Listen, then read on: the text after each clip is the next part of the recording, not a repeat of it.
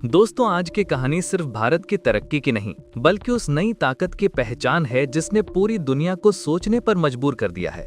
वो भारत जिसे कभी पश्चिमी मीडिया तरक्की के नाम पर शक की नजरों से देखता था, अब वही भारत ऐसे कदम उठा रहा है कि दुनिया दंग है और आलोचक भी तारीफ करने को मजबूर। आज हम बात करेंगे उसी कहानी की जो दिखाती है कि भारत अब सिर्फ बढ़ नहीं रहा, बल्कि दिशा तय कर रहा है। आज हालात ऐसे हैं कि वो पश्चिमी मीडिया जो कभी भारत की प्रगति पर सवाल उठाता था, अब खुद मान रहा है कि भारत ने अपनी ताकत से पूरी दुनिया को हिलाकर रख दिया है। उनके आर्टिकल्स में साफ लिखा है कि भारत ने वो कर दिखाया जिसकी किसी ने कल्पना भी नहीं की थी। दुनिया हैरान है और खुद वो लोग भी यकीन नहीं कर पा रहे कि इतना बड़ा बदलाव आखिर इतनी जल्दी कैसे हुआ। उनके विश्लेषण में साफ लिखा है कि अगर आप दक्षिण एशिया का नक्शा उठाकर देखें तो हर देश किसी न किसी राजनीतिक संकट, आर्थिक गिरावट या अस्थिरता से जूझ रहा है। लेकिन इन सब के बीच भारत एक चमकता अपवाद है, एक ऐसा देश जो न केवल स्थिर है बल्कि हर गुजरते दिन के साथ नई ऊंचाइयों को छू रहा है। दुनिया के लिए ये अब सिर्फ विकास नहीं बल्कि भारत का उदय है, एक नई शक्ति के रूप में। तो चलिए दोस्तों, अब इस पूरी अपडेट को गहराई से समझते हैं। लेकिन उससे पहले अगर आप भी चाहते हैं कि भारत की आवाज दुनिया के हर कोने तक गूंजे और हमारा देश हर क्षेत्र में आत्मनिर्भर और शक्तिशाली बने, तो इस वीडियो को लाइक करें और चैनल को सब्सक्राइब करना बिल्कुल मत भूलिए, क्योंकि हर एक क्लिक भारत की ताकत को और बुलंद करता है। दोस्तों, दिलचस्प बात यह है कि पश्चिमी पत्रकारों ने अपने हालिया विश्लेषण में भारत के चारों पड़ोसी देशों की स्थिति पर गहराई से नजर डाली है। उन्होंने लिखा, अगर आप भारत के उत्तर की ओर देखें तो वहां नेपाल है, जहां इन दिनों जनरेशन Z सड़कों पर उतर आई है। देश भर में भ्रष्टाचार और बेरोजगारी के खिलाफ बड़े पैमाने पर विरोध प्रदर्शन और अशांति फैली हुई है। वहीं अगर नजर घुमाएं पूर्व दिशा की ओर तो वहां बांग्लादेश का हाल और भी चिंताजनक है।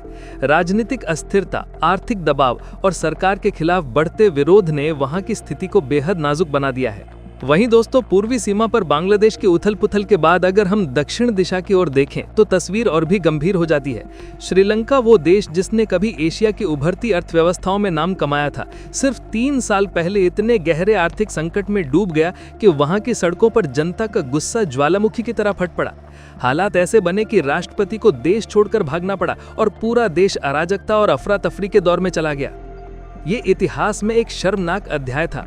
और फिर पश्चिम में हमारा पड़ोसी पाकिस्तान है, जो हमेशा की तरह किसी न किसी संकट में उलझा रहता है और आज भी वहां इमरान खान के समर्थकों द्वारा बड़े पैमाने पर विरोध प्रदर्शन जारी हैं और देश में अस्थिरता का माहौल बना हुआ है। लेकिन इन सभी अस्थिर और संघर्षरत देशों के बीच भारत एक ऐसा देश है जहां सब कुछ शांत, सुचारू और पूरी तरह नियंत्रण में चल रहा है। यहाँ ना तो अर्थव्यवस्था डगमगा रही है, न ही समाज में कोई बड़ी उथल पुथल दिख रही है। और यही वो असाधारण बात है जिसने पूरे पश्चिमी मीडिया को हैरत में डाल दिया है। उनके विश्लेषकों ने यह भी कहा है कि भारत के चारों ओर जितने भी देश हैं, वे सभी आज अंतर्राष्ट्रीय मुद्रा कोष यानी IMF के कर्ज और सहायता पर पूरी तरह निर्भर होकर अपनी अर्थव्यवस्था को किसी तरह चला रहे हैं। लेकिन भारत जैसी विशाल और जटिल अर्थव्यवस्था बिना किसी बाहरी सहारे के पूरी तरह आत्मनिर्भरता के साथ खुद अपने बलबूते पर आगे बढ़ रही है। इस विस्तृत रिपोर्ट में यह भी उल्लेख किया गया है कि भारत की आर्थिक विकास दर इस समय अपने जीवन काल के सर्वोच्च स्तर पर पहुंच चुकी है। और चाहे आप तिमाही आंकड़ों की बात करें या पूरे साल के आंकड़ों की, हर जगह भारत लगातार नए नए कीर्तिमान स्थापित कर रहा है। इतना ही नहीं, बल्कि भारत का विदेशी मुद्रा भंडार यानी फॉरेक्स रिजर्व भी रुकने का नाम नहीं ले रहा और लगातार बढ़ता ही जा रहा है। और अब ये इतना मजबूत और विशाल हो चुका है कि पूरे 11 महीनों तक के आयात को आसानी से संभाल सकता है। इसका मतलब समझिए कि अगर भारत एक पूरा साल तक अपना कोई भी सामान निर्यात न करे, तब भी उसका विदेशी मुद्रा भंडार पूरे देश की सभी जरूरतों को पूरा करने के लिए पर्याप्त है। ये एक बेहद असाधारण स्थिति है। इस विस्तृत अध्ययन में यह भी बताया गया है कि भारत का चालू खाता घाटा यानी करंट अकाउंट डेफिसिट बहुत ही कम और नियंत्रित स्तर पर है और महंगाई की दर भी पूरी तरह काबू में है। अब जरा सोचिए और गौर कीजिए, इस महत्वपूर्ण आर्टिकल में एक और बेहद दिलचस्प, रोचक और गंभीर बात कही गई है जो सीधे दिल और दिमाग दोनों पर असर करती है।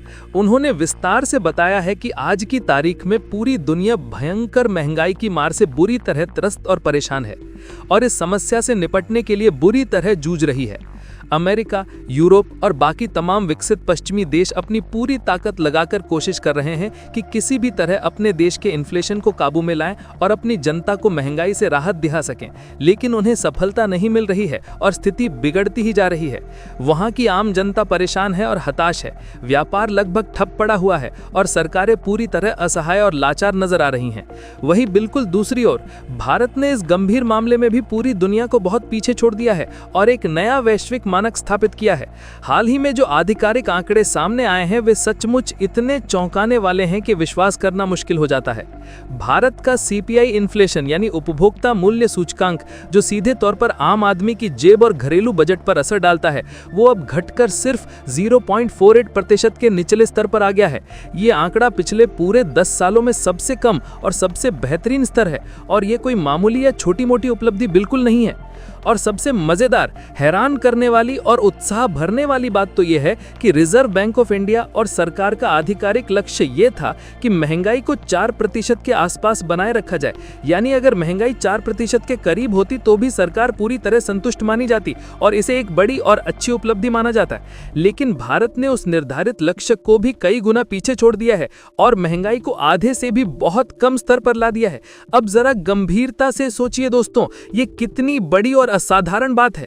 ऐसे समय में जब पूरी दुनिया के तमाम देश महंगाई कम करने की जद्दोजहद में बुरी तरह फंसे हुए हैं, अपने अपने केंद्रीय बैंकों की ब्याज दरें बार बार बढ़ा रहे हैं, जिससे आम जनता पर और भी ज्यादा आर्थिक बोझ पड़ रहा है, वहीं भारत का आंकड़ा इतना नीचे और इतना बेहतरीन है कि खुद पश्चिमी मीडिया के विशेषज्ञ हैरान, परेशान और अचंभित हो गए हैं।